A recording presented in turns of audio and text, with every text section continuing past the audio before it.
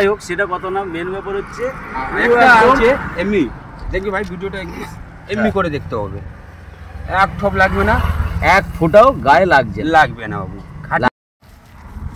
চলে এসো বন্ধুরা, অরিজিনাল মধু তোমাদের দেখায়। চলে এসো, অরিজিনাল মধু নাকি গো? খাঁটি মধু। খাঁটি মধু? হ্যাঁ বাবু, দেখি একবার। বাহ, দেখি একবার। আর এইগুলো কি আছে? এগুলো মৌমাছির চাক নাকি? হ্যাঁ, এটা ধোঁয়া করে যে ভাঙি দেয়। আচ্ছা, কালো এমনি করে না, কালো হয়ে আচ্ছা যেন আমি একটু দেখি জাস্ট। এগুলো হচ্ছে মৌমাছির চাক, হ্যাঁ তাই তো? মৌমাছির চাক, ঘর বাড়ি। আচ্ছা, আর মধুর কালারটা খালি দেখো, হানি, মধুকেই হানি বলে। যাই হোক সেটা কত না, মেন ব্যাপার হচ্ছে এমনি দেখবি ভাই, ভিডিওটা এমনি করে দেখতে হবে, এক ঠপ লাগবে না, এক ফোঁটাও গায়ে লাগবে না বাবু। খাঁটি মধু পরীক্ষা আছে। আচ্ছা, এটা হচ্ছে খাঁটি মধু। আর কালারটা খালি দেখে যাও, হ্যাঁ কালারটা হচ্ছে রেড কালার, তাই তো?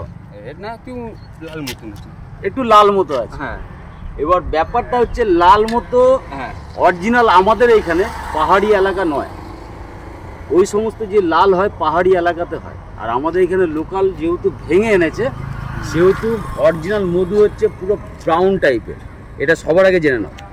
আর এইটা যে চেক করলো যে আমার প্যান্ট থেকে গড়িয়ে গড়িয়ে চলে গেল মধুটা, এটার কারণটা আমি বলে দিই। এটার কারণ একটাই, চিনি দিয়ে আর কিছু কেমিক্যাল দিয়ে এই সমস্ত মধু সব বানানো হচ্ছে। আর কারেক্ট বলছি তো দাদা? আচ্ছা, এই মধুগুলো কি হয়, শীতকালে বোতলে আমরা কি করি, বোতলে ফোতলে সব রেখে দিই। শীতকাল আসলে মধুটা জমে যায়, চিনির ডেলা যেমন শরবত করে। আমি একটু বলে দিই। যেহেতু চিনির ডেলা কি হয়, জল করে শীতকালে কি হয়, ওটা জমে যায়, সেম এটাও তাই ব্যাপার। একমাত্র অরিজিনাল মধু কোনো সময় জমে না। আর এটা এখন বোতলে যদি ঢুকিয়ে পরে ফ্রিজে রাখো না, জমে পুরো একদম চিনি উপরে চলে আসে। এগুলো হচ্ছে ডুপ্লিকেট মধু, কোনো সময় এই সমস্ত মধু তোমরা কিনবে না।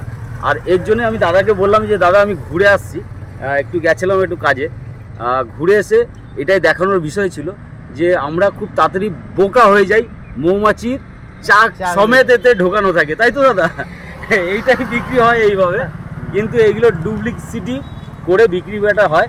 যাই হোক, দাদাদেরও কিছু মনে করো না, একটু জাস্ট আমারও ব্লগ করি তো, সেই হিসাবে আমিও চাই না যে আমার বিক্রি তোমার হবে না, কিন্তু আমি চাই না তোমার হোক না হোক, আমি চাই না যে আমার বন্ধুরা যাতে কোনো বিপদে পড়ে এই সমস্ত মধু খেয়ে, আর তার জন্যই বলা।